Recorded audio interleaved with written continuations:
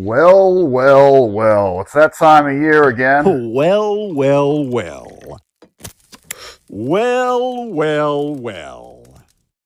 Well, well, well. We've got $8.99 rib roasts on sale. Going to save you 50% of the money to break it down yourself versus buying it as a ribeye steak. Going to show you how to do that step by step, real easy. Welcome, friends and fellow meat enthusiasts, to the Steakwolf Channel. We're always trying to up our meat cutting and cooking game and sharing our findings with you. We're always trying to save you a buck and help you improve upon your methods. See these dogs?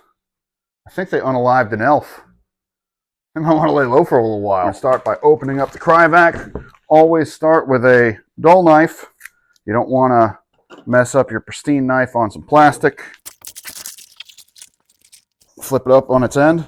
Bones away from you. So other than your rib roast, 10-inch knife, 10-inch butcher knife, scimitar knife, whatever you want to call it, is needed.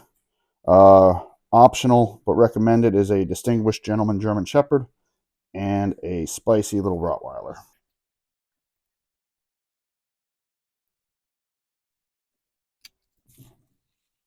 And you want to ride right down the bone. You don't want to waste any meat. And these bones, by the way, throw them on the grill by themselves. They are tasty. You can slow cook them. You can grill them. Just salt, pepper, and garlic's all you need, but a lot of recipes out there to make them taste good. For me, it's actually become one of my favorite little bonuses because we do this every holiday season. We make the same iteration of this kind of video every year because it makes sense, because it's how we fill our freezer full of ribeyes every single year. Why pay full price when you pay half price? So there you go. You got your nice ribs, nice slab of ribs there. For easy handling, I like to cut them roughly in half. There is no even in half because it's 7 ribs, so you have to cut it between the 3 and the 4. But you get 2 nice little slabs like that. Now that the bone is removed, we start with our chuck end, which has the larger spinalis, the bigger cap piece. Sometimes, like now, you see some bone dust on there. So we're just going to scrape that off because you don't need it. It doesn't do anything for you. And it doesn't hurt it to scrape it off. So yeah, you see all that, just think of like sawdust, but meat. And then I actually saw a little tiny piece of bone they left on there that we don't want to accidentally bite into that, so that's going. Okay, so you can cut any size steak you like, and if I were doing this for retail production, I might square it up to give you perfectly level steaks. I'm not wasting a thing for me here at home. So I'm just going to correct ever so slightly as I go down the ribeye. And we like something a little over an inch for a good, thick grilling steak.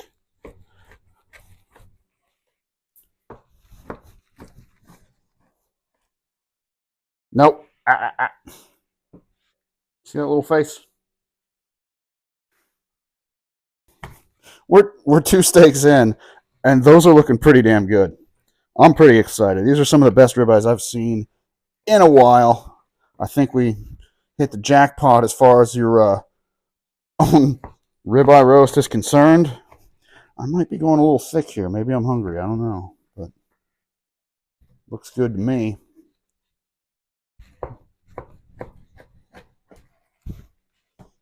And sometimes you'll have a little excess fat you want to trim. And there's absolutely no waste here. We use all our trimmings in some kind of burger we're going to grind ourselves later. Piece hit the ground. The Rottweiler got it. It's only fair. Here you go, bub. Oh.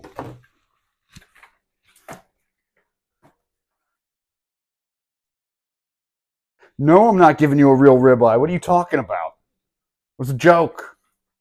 You're a good boy.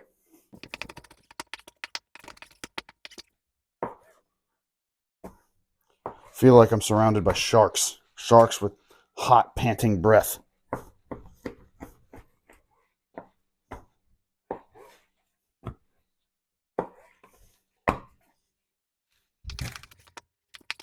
Most people don't cut them this thick.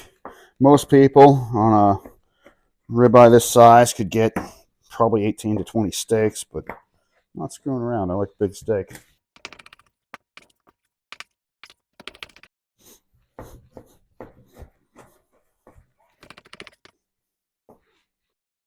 So 15 pretty huge steaks.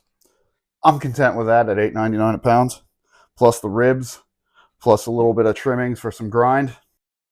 Normally close to 20 bucks a pound, this time 9 bucks a pound, $8.99. Can't beat that.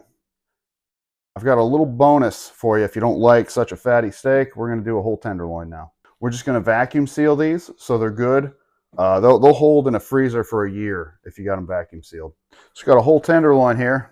Let me know in the comments below, guys. Are you a ribeye person or are you a tenderloin person? What would you rather have? I know what you would rather have. You don't got to tell me. Remove some of the silver, and you open that up a little bit here on the end. Following along the top, pretty easy to do. You just want to get under that silver, trying to remove as little meat as possible. Just get you enough to work with. With just the tip of the blade, you get started under that silver. It takes a little practice, but you can get it going just like that. Clean up any excess. Clean up the underside. You don't remove a lot on a tenderloin, but it's such a tender piece of meat, you really don't want to bite into some silver like this. Kind of ruin it. Don't tell me in the comments to get the dogs out of the cutting room. I'm not serving it to you. I don't sell this in a restaurant. My wife and I are going to eat this. That's about it. It just feels like a pretentious little, I know about food safety. Don't have dogs in the kitchen. That's what I hear when you write it in the comments.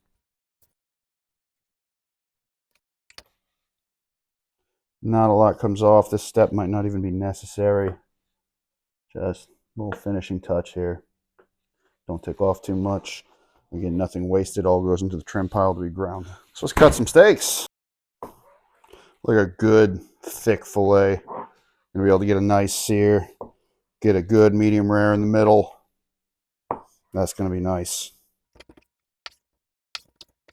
Let me know in the comments, would you rather have a fillet or a ribeye? So we processed both pieces of meat. Me personally, I'm taking the fattier ribeye, that nice spinalis, every time over the tenderloin. Don't get me wrong. I still like tenderloin, but ribeye over tenderloin, just a preference. Not judging. All those trimmings are going to make some delicious burgers. We've done it a few times, a few different ways. I'm going to put a video on the end screen about processing your own burgers at home from a whole muscle piece like this, and some of the benefits of that and how you can really make some of the best burgers you've ever had. Thanks for hanging out with us today, guys. I really hope you have a Merry Christmas. Thank you for watching. If you guys like what we do here, you can go to our store. You can get the Plant-Based Meat is Poison Steakwolf hat. You could get the Steakwolf apron to cut and cook like a pro all year round. If you believe in what we're doing, support us. Check out the store. Maybe even get a Christmas ornament that says Steakwolf.